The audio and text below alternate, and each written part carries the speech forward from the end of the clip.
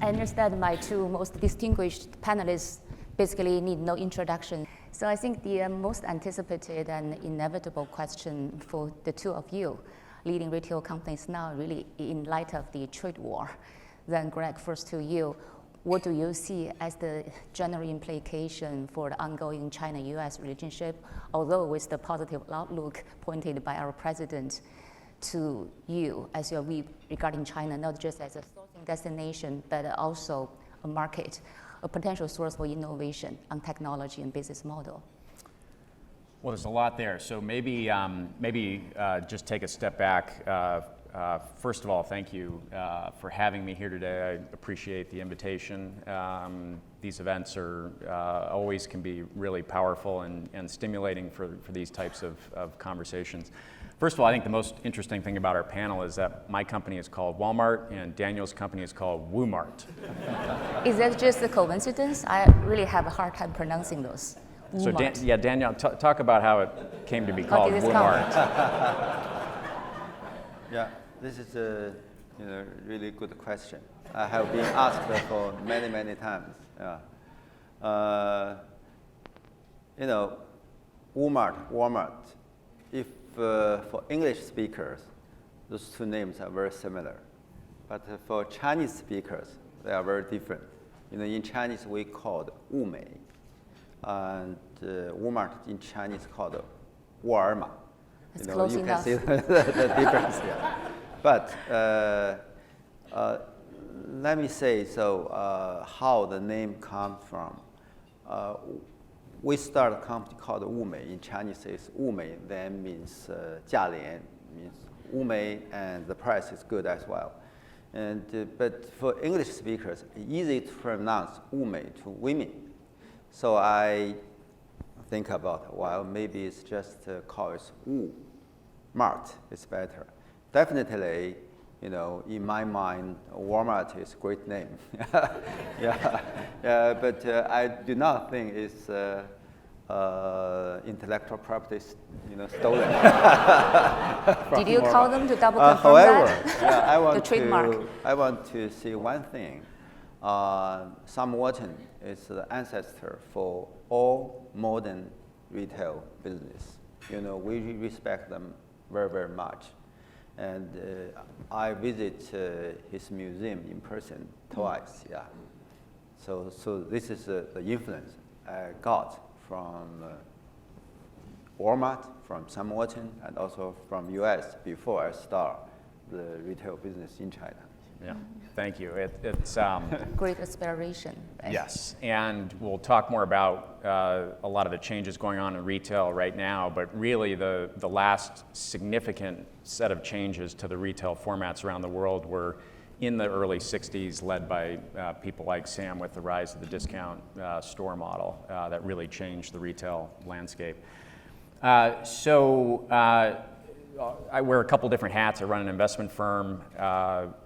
My old partner, Bob King, is here today. We were early investors in Baidu, and I served on the board there for over a decade, so had a lot of experience seeing the market through that. And then now, obviously, China's at the top of a lot of our conversations at Walmart.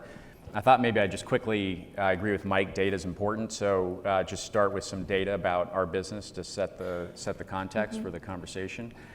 So we opened our first Walmart store in Arkansas in 1962. Our first international store, Mexico City, in 1991, and then we opened our first Walmart in China in 1996.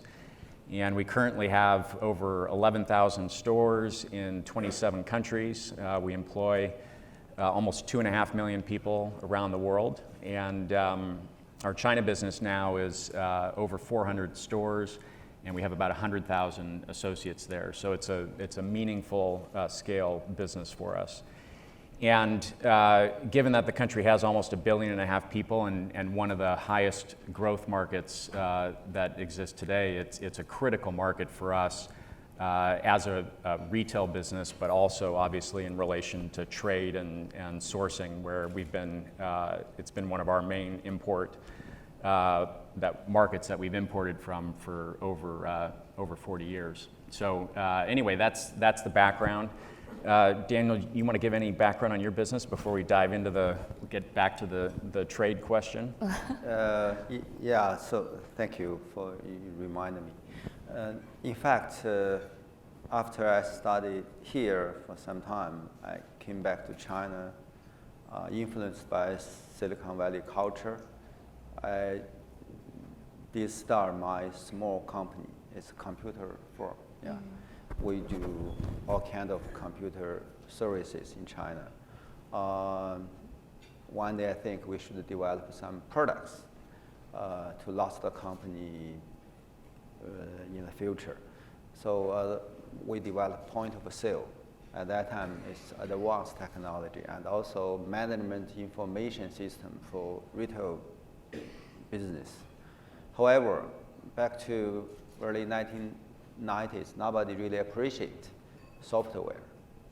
So finally, I decided to open a showcase store, let people know how computer technology can help retailers to do business better. Luckily, our first store was very successful. Not very big store. The annual sales in 1995 is over 100 million RMB and show some profit for a single store. I thought it's a great business. After that, we add more and more stores by leverage of a very good positive cash flow. So now we have a little bit more than 1,000 stores, but our store has different formats. We have many small stores, less than 500 square meters. So this is my basic background for my retail business. Daniel certainly is a firm believer into technology changing the foundation for retail going forward. But before we deep dive into the innovations in technology, I want to come back to this trade wall. Yeah. So what percentage of your good is really sourced from China? Then that portion will be changing going forward? Right. Where do you see other possible country to replace China's position in your supply chain, Greg? So I won't talk today about specific percentages of what we source from China and other places, but let's talk about trade. So first of all, our belief at Walmart is that trade is really good for American and Chinese consumers. If you look at the statistics over the last 50 years, in China, over 700 million people have been lifted out of poverty since they opened their borders to trade. For the U.S. exporting to China, it's been a growing market for the last decade until recently, and something like 1.1 million American jobs are tied to that. And then obviously with Chinese exports coming into the U.S., there are studies that say it's actually raised the purchasing power of American consumers by $18,000 on an annual basis, and there's almost 40 million American jobs tied to trade. So we're big believers in trade. Now we also recognize that there's a global concern that's been growing around the other impacts of trade, and there is dislocation caused by it, and we're doing things within our company to address that, which we can talk about later in the conversation. But as a starting point, we think overall that open borders and trade is positive. We don't believe that tariffs are the answer to resolve trade disputes. And tariffs, from our perspective, are attacks on our customers and our suppliers, and they inhibit growth. They don't lead to growth. And so just in the last year, for the first year, American exports to China are down. And with the escalating tariffs that are going into place, so far they've been fairly moderate, and most retailers have been able to absorb the impact of the price increases. But the next round of tariffs that are coming are substantial. And just to use one example, we have sourced a low-price bicycle from China for a number of years that we were able to source at $72 cost, which is pretty amazing for a bicycle. Sure. And with the first round of tariffs, that went up to $79, which we could manage to absorb that cost increase. But with the next level of tariffs, it would go to $90. And at that point, you reach a level where the retailers won't be able to absorb that, and the tariffs will be passed on to U.S. consumers. And so our hope and our expectation is that there will be some resolution to the current dispute, but if not, then it's going to lead to it'll lead to reduced demand and consumption in the U.S. Certainly, it's also affecting the Chinese consumer on the other way around. And this morning, I took a huge bowl of seasonal berries. You have to know, berry is very expensive in China. So cherry and berry freedom is symbolic for the middle class lifestyle. You know, Daniel. So, what's your impression about the reduced already importing goods from states, especially agricultural products? Yeah, cherry freedom is a very good example for China's consumption upgrading. You know, maybe 5 years ago, nobody really can consume cherry in China, especially for imported cherry. But now, people are really used to that, and we can live without cherry. Yeah, that's right, that's right. And so last year, especially for Spring Festival, we see, you know, the cherries price up, and more importing cherries from South American and what are the most popular categories of imported goods for you at WuMart in China? I think cherry is one of them, and also urine from Vietnam, Thailand, many other high-end fruits from Southeast Asia.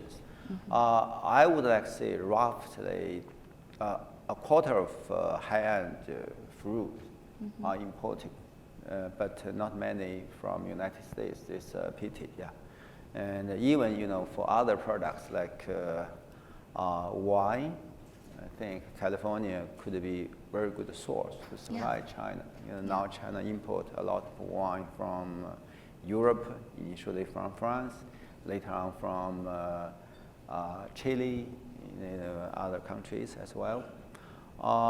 We sell a lot of American products, from P&G products and Coca-Cola, Pepsi, and many of them. But majority of them now are made in China. However, for Chinese consumers, sometimes they want real American products. They want some, even P&G products made in America. Frankly speaking, one day I asked a very senior executive from P&G, I said, well, how do you compare the P&G products made in China and made in America? Can you tell the difference? Yeah, he said, well, frankly speaking, the product made in China is better because all the machines are new. The procedures are same. Yeah. But maybe there's a spirit inside from American. Yeah. Talking about American brand will be really very popularly embraced. Recently, there is a phenomenon happening in Shanghai. Costco is coming to Shanghai, and after 3 hours of opening, the consumers rushed to the store, crushed everything. They had to really close down, and the multis and others were sold out in 3 seconds. That store is only 15 kilos away from one of your Sam's Club. So how do you explain the phenomenon? It's nothing completely new. Why, in the middle of such a sentiment of a trade war, American brand coming to China, embraced by Chinese consumers, and also received very positive equity market feedback here? Yeah. $7+ billion market cap was created on the same day. Yeah. Based on the positive outlook or confidence. Right. Well, first of all, the Chinese consumers and how and where they're choosing to shop, I don't think they care about a trade dispute going on. I mean, they're thinking about. They're very insensitive. You know, they're looking at where can I have an exciting, clean place, lots of product, good prices. We've had similar openings in the past with our Sam's Club format. The Chinese love the membership. In the 1990s already, you were the first one in Shenzhen. Huh? Yes, that's right. So we have 26 clubs now. The Chinese love the wholesale membership format. because it tends to be pretty high-priced goods that are with strong brands that they trust, but they feel like they're getting a deal because they're part of a membership program. Huge discount. So I think maybe half of our top 10 grossing stores in our entire chain are actually our Sam's Club format in China. So it's, we were encouraged to see it because it just means we're on the right track. We've committed to build. We've got 26 clubs now, and we're committed to build up to 40 of them within the next 2 years. So we were encouraged to see the reaction. Exactly. That leads to my next questions would be, what do you observe as the most relevant and interesting retail trend happening in China that's going to really affect your business? You mentioned membership as one mantra to all the retailers and thinking, we can make this work. And also, to maximize the price optimization wouldn't be the only solution. I think last year I read your shareholders report, and you mentioned one of the most important category for you is fresh grocery. And you're encouraging the pickups and delivery from the site to home, or you're encouraging the traffic driving to the store. What will you see as the future trend going forward to really reach your consumers? So I mentioned at the beginning that we're going through what we call seismic shift in retail, and that's really been driven by e-commerce and digitalization. Which has had impacted all lots of parts of our business. But essentially, what e-commerce has done is change the dynamic between the retailer and the consumer, where the consumer now has almost perfect price transparency, endless assortment, and they can get the goods whenever they want them. They don't have to. It's not subject to when the store is open or when they can get by the store. They can shop anytime. And so for us, this is an exciting time to be in retail.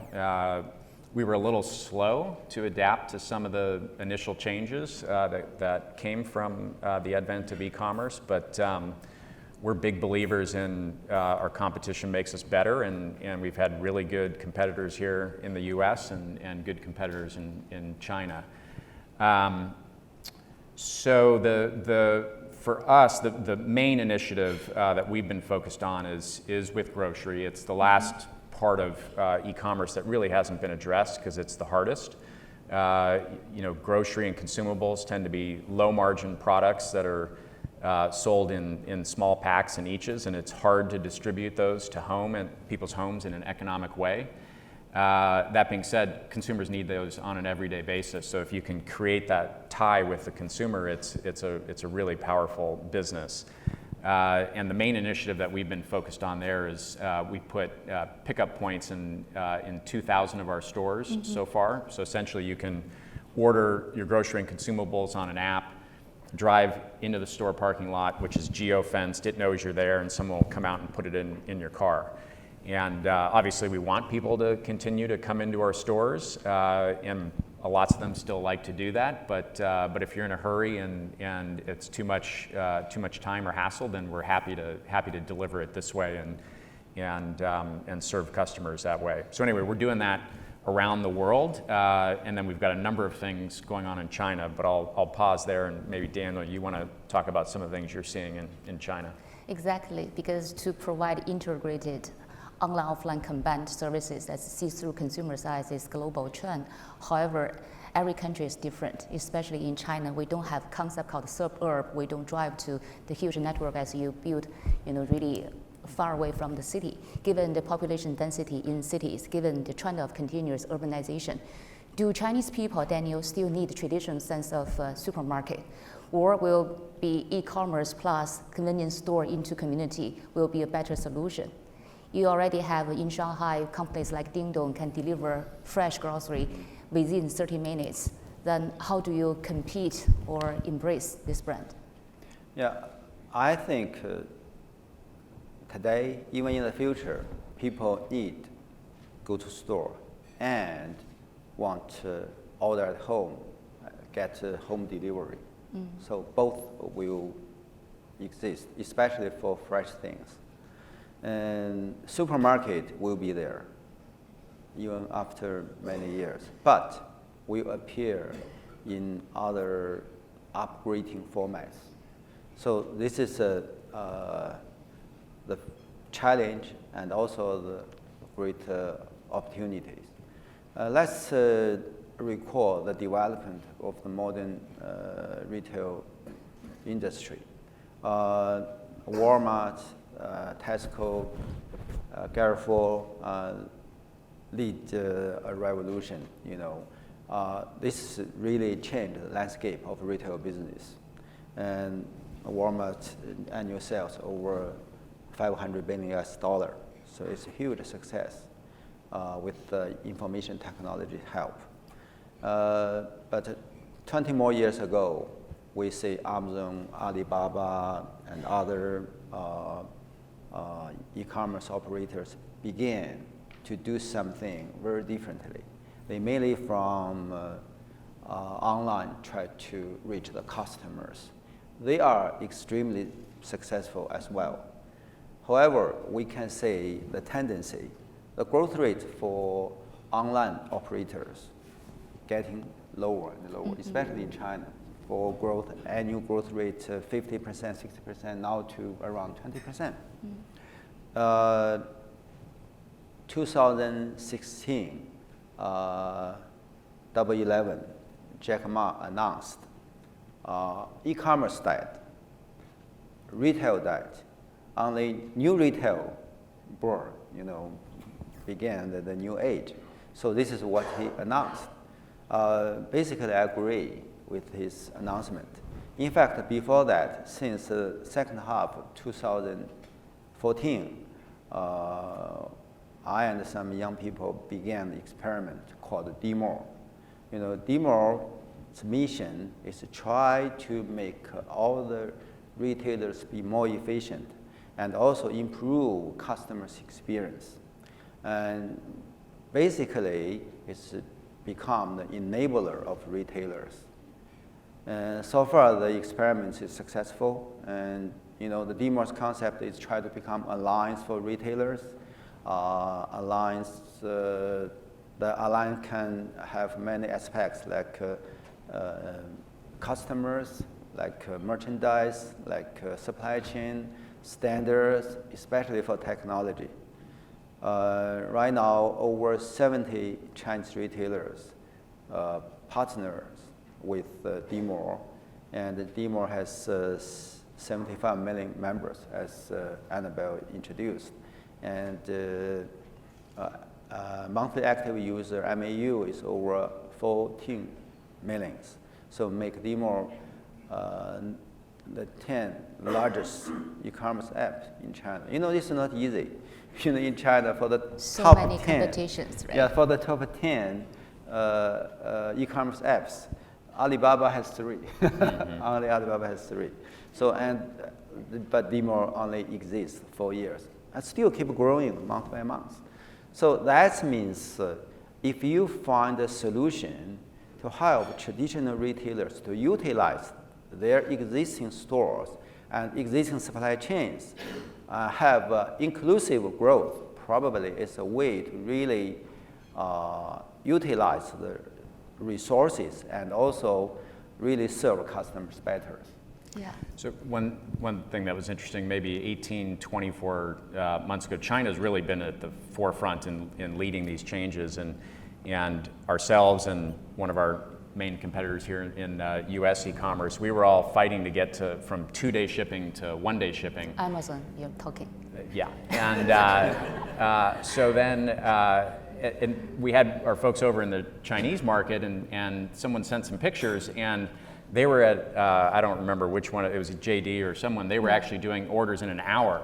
And we finally realized, we were sort of working on something over here, and in China they were working on a completely different problem to solve. And so for us as a global retailer, it's been, we've just learned a ton from being in that market.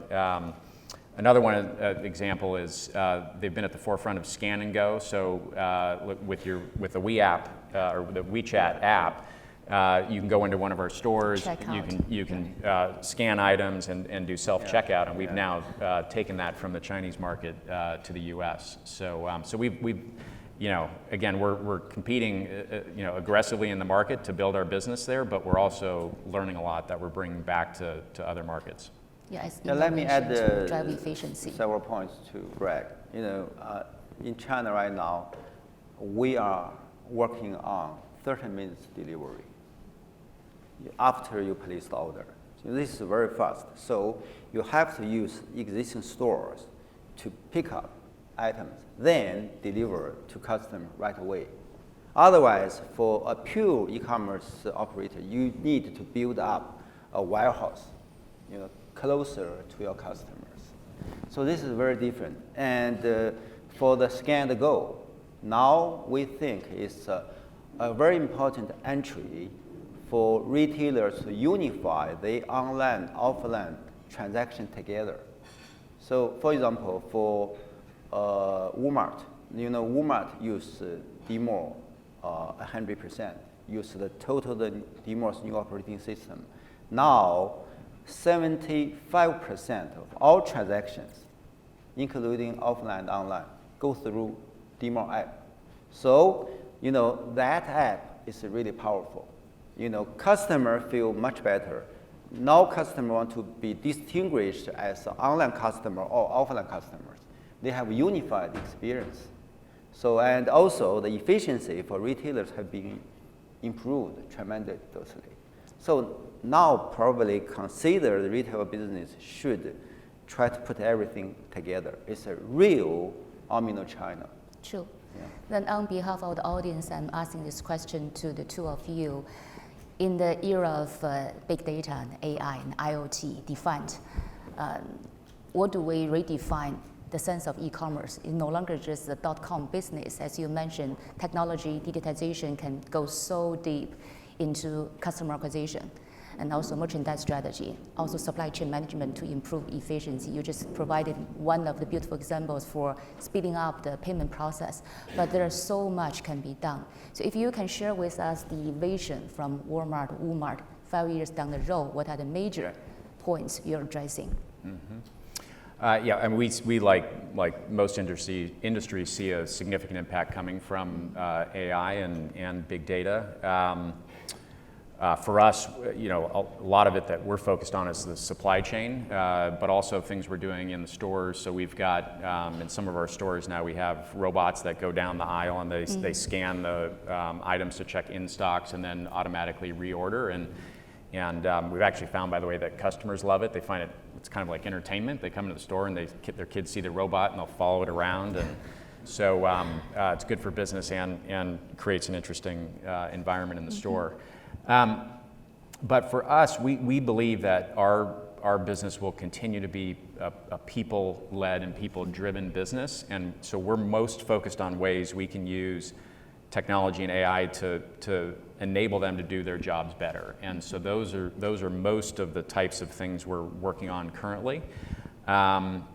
But there will be jobs that are displaced due to just due to technology changes, and our view is that our company as well as government need to address that, and we're doing that through academies that we've set up where we actually have 200 of them around the U.S. and we've retrained over 100,000 of our associates in new jobs that they can do as our business develops. So we're paying close attention to it. We're leveraging it where we can, and then we're trying to address the dislocation that comes from it.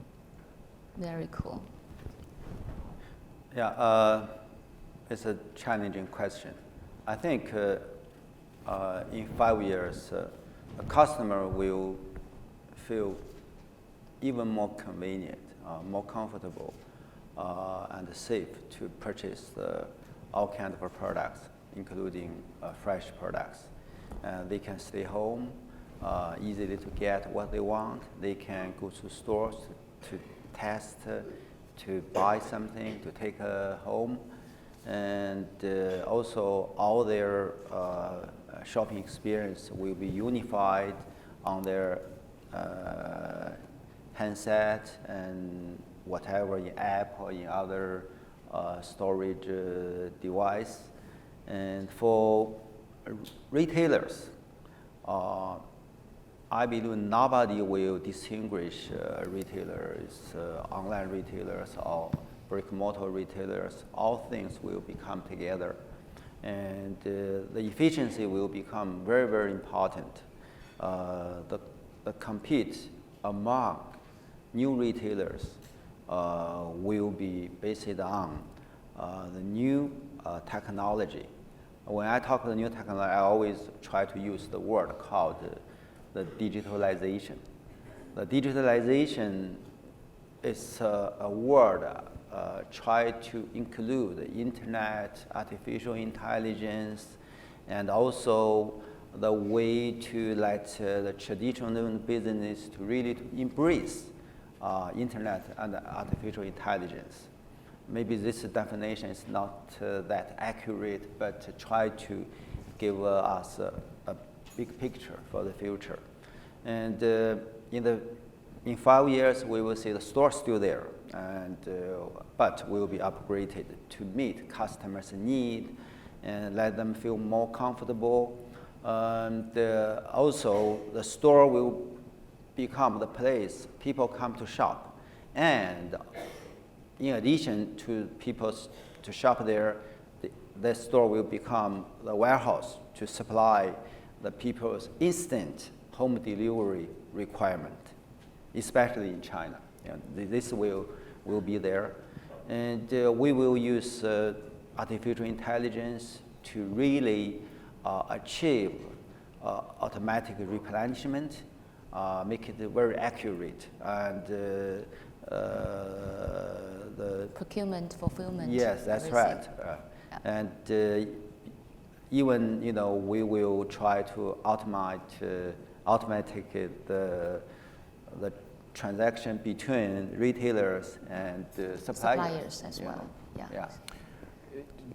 Just to add on to that, we also we don't believe that stores are going away. We think they're going to be physical stores for a long time, and it might be hard for folks in this room to appreciate, but in a lot of places, their whole social experience during a day might be going into their local Walmart, and that's a central gathering point in their community, and they wouldn't want to order all their goods over the internet. They want to go into the store. So we think there's always going to be a place for physical stores. They're going to evolve over time. They'll likely get a bit smaller, and you're not going to have a music and a book department, but you're always going to have Spotify. You're going to have consumables there and electronics that people want to touch and feel and test, and apparel and things that you want to try on. So the stores will look different, but our view is we're going to have physical stores for a long time.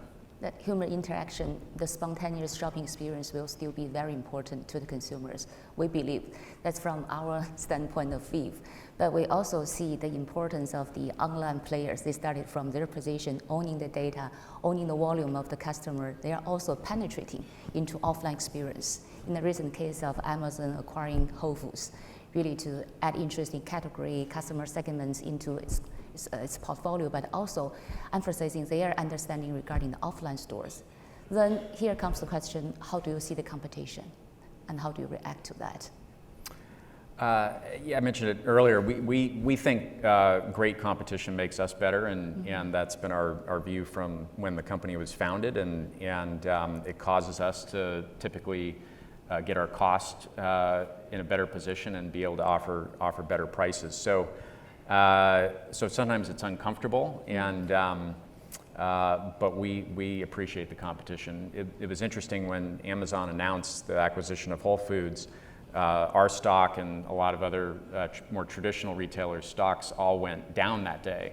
And I called our CEO. He and I talk almost every day, and he said, "I know what you're calling about. Our stock's down." I said, "No, I'm not calling about that. I'm saying that was a huge vote of confidence in our strategy, because we already have 4,000 stores, and we've got the products out where the customers need them, and essentially, and that we can find different ways to pick from our stores and either deliver or have consumers pick it up, and so for us it was affirmation of the path we were going down, which was Amazon knows they need a physical presence to serve where the customers are going, and they got that to a certain extent through Whole Foods. although that's only 464 stores. So. It's a very powerful network. Your stock also reacted very positively when you wrote that $16 billion check to take control over Flipkart in India. Your international strategy will be through acquisitions as well?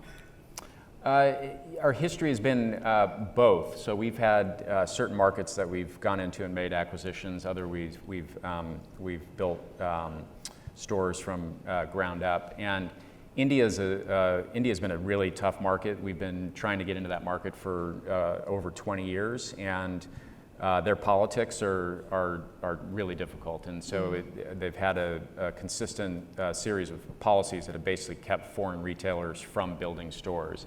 And it's really to protect the informal markets there, which is the bulk of their retail business. Flipkart was, to us, a really attractive opportunity. It's the last big e-commerce market that hadn't been cracked with any foreign ownership, and so we made a big bet on the company. But so far, so good, and they've got some other really interesting components to their business. They've got a really fast-growing digital payments business that's a key part of their business. So we're encouraged so far, but it was a big bet for us. Mm-hmm. I really hope you still remain confident on the Chinese market as well. Not the best timing to ask any bold move for acquisition for you in future in China. Get us posted. We go invest first and sell it to you. Great. Okay, so Daniel, maybe one of the last questions to you is how engaged are you in the U.S. Regarding partnership, cooperation, and potential acquisitions in technology or? Well, maybe not much, because U.S. has so strong Walmart here. Oh. Nothing left for us. We can only afford to be acquire. WuMart Yeah. in China. Yeah, but I think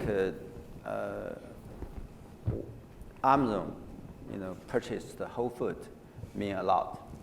That means physical stores are still important. Mm-hmm. I noticed the share price initially went down for Walmart, for Target, and later on, come back, even higher. In addition to that, we noticed it's not easy to reform or upgrade a physical store in a very short period. Mm-hmm. Although this purchase happened 2 years already, but we do not see big achievement yet. So, from this incident, we can have some really important lessons.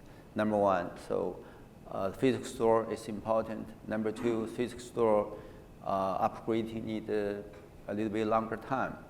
And the last one I want to say today is we need a comprehensive solution for physical store and e-commerce integration. The best way is from the bottom,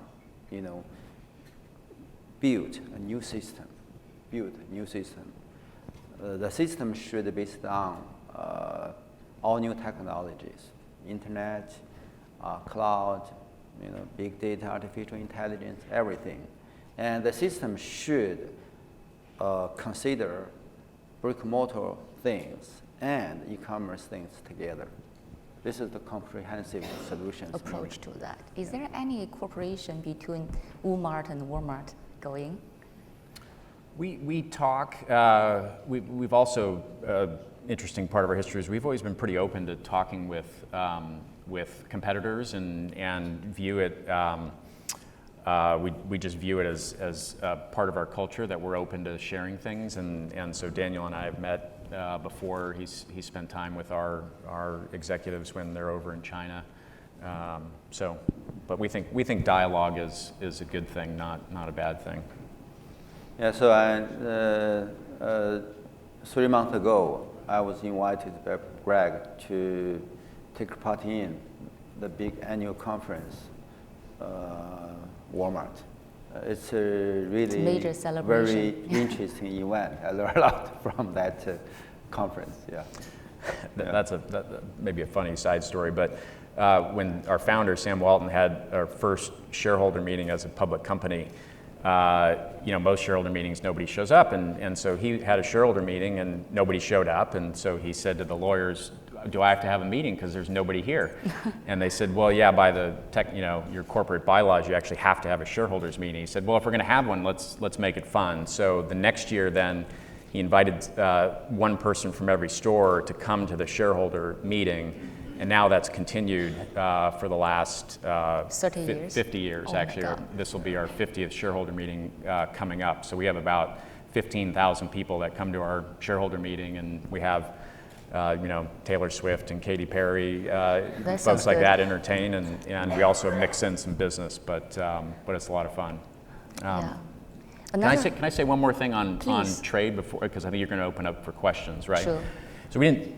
Maybe one question, Dan, you both might have views on this, but what can we do to further the situation in relation to trade? And from my perspective, I'd just say three things that we think are important. One is that we continue to talk both with politicians here in the US as well as China, and what we do is we share data. So we talk about what are the negative impacts of some of the current actions on both sides, and then what are the positives that we could get if things were resolved. So, we've got probably more data than anybody in the world, and we're happy to share it with our politicians to try and have an impact. The second thing is we really try and take a long-term view. So, I think we've seen some knee-jerk reactions around, okay, there's currently tariffs, we're going to move all of our sourcing out of China. Our view is China is going to be an important market for us to import from for years to come. And so while we're always looking at different ways to diversify our supply chain or our sourcing, we're taking a long-term view, and we're going to be sourcing from China for a long time. And then the last thing I'd say is, and Condi touched on it last night, but the words that we choose to use. So I try not to use the word trade war, because I think anytime folks like us in this room use those types of words, I think it conveys a message that we're at war. And I think using words, the words that we choose to use are really important. So anyway, that's. So how should we frame it? Trade. Conflict, dispute, Okay. I like challenges. At our company, we like to refer to things that are hard as opportunities. Let's talk about trade opportunities now. That's right. Yeah, we're about to open to the questions. And before that, I want to really say thank you, Greg. And you had this 50 years tradition of celebrating with your employees. And we just saw last week actually, Alibaba celebrated its 20th anniversary. Still a very young company, a remote competitor from you. But most companies in China on the spotlight are still teenagers. We have so much to learn. It's such a long journey. We will be up and downs, not just the trade opportunity, but also other competitions from technology and from innovations, from organizations' own strengths. So it's going to be a long way, and we have so much to look up to you. Thank you. All right, with this, we open to the floor for questions regarding maybe trade conflict or opportunity. Okay. Okay. Would you mind standing up and? Okay. Yeah. Yeah, I'm Charles Hsu with Crosswave Management. We work with Western companies to help them get their feet into the China market, and going back and forth to China, roughly once a month for the past 20 years. I feel like I get a series of snapshots of sort of what day-to-day life is on the ground, and so while we've seen, and Greg, you referred to some of the things you're learning from studying some of the business practices in China, that would suggest that there are learnings that can go back and forth. Certainly in China, you see tons of Western products flooding into the markets, and so superficially, it looks like there's sort of a merging, but when you look at the way Chinese consumers use things like Alipay, Dianping, Meituan, and so on, it feels like the ecosystems are actually diverging. They're so fundamentally different in the way consumers there relate to technology, relate to their devices, and through them to the overall market. So do you see this divergence eventually sort of returning to a convergence, or do you see these developing into two really fundamentally different ecosystems with different dynamics and sort of long-term structural differences? So we see more convergence than divergence. Now that can play out over a fairly long period of time, but having been in a number of international markets over the years, what we've seen is, again, customers come back to wanting the same things, and usually, especially with the way information works now and the learnings back and forth across borders, if there's something that's working in Rio or Mumbai, they're quickly going to pick up on that in Beijing and they're going to roll it out. And so we think because consumers at the end of the day pretty much want the same things. Now it's a little bit different, in terms of the products and all that by market, but essentially the formats we think will converge over time and the experiences will converge. Because if somebody's done something that's powerful, somebody else is going to see it quickly and copy it. All right. The gentleman at the same table. So, question for you, Greg. The trade, whatever euphemism, conflict. Opportunity. We just confirmed it. To what extent is that causing you to want to move your supply chain out of China? That we are wanting to move? To what extent is that making you want to, or actually start moving your supply chain out of China? So it's not. We don't actually look at it that way. And I mean, China's a really important market, but we source around the world, and so while it's critical in a couple of key categories like toys and consumer electronics, which for those categories it's pretty much the only market in the world that you can source at scale. But other categories like apparel, home, other categories, those have really diversified out of China over the last 20 years as their wage rates have risen, and they're no longer able to compete aggressively in those categories. So we're always, our buyers and sourcing folks are always out looking for the best possible deals, and if they see something that they see a change coming, they'll look at other markets, but we're not doing any top-down. There's no top-down direction to move sourcing out of China because of the current issues. And again, that comes back to our long-term view that they're going to be the critical market to bring in imports with a few of these categories that where there's more high value add in the manufacturing of the product. So that if this went on for 10 years, that would likely change, but we think things will get resolved in some period of time in the short to medium term. Hopefully. The lady over there in white. Guess we can take two more. How much capacity or influence do you feel like you have to actually be able to work with the government in terms of helping to influence and provide input, as it relates to trade policy, on both the U.S. side as well as the China side? And do you see that influence kind of shifting, over time? And where do you think that might go in terms of your being able to affect some of these decisions? We believe we can have an impact. I wouldn't say we can drive policy, but senior administration officials in both the U.S. and China reach out to us for input on what we're seeing especially in this market, and so when we'll share specific examples of what's going to happen with a bicycle or when there was the potential tariffs with Mexico, that would have driven the cost of bananas up by almost 50%, American consumers don't want to all of a sudden have to pay 50% more for their bananas. So we think we can have an impact by sharing specific data, and both governments have been open to that dialogue. So, which is part of the reason why we're, you hear a lot through the media, but we're still encouraged that this will get resolved in some form.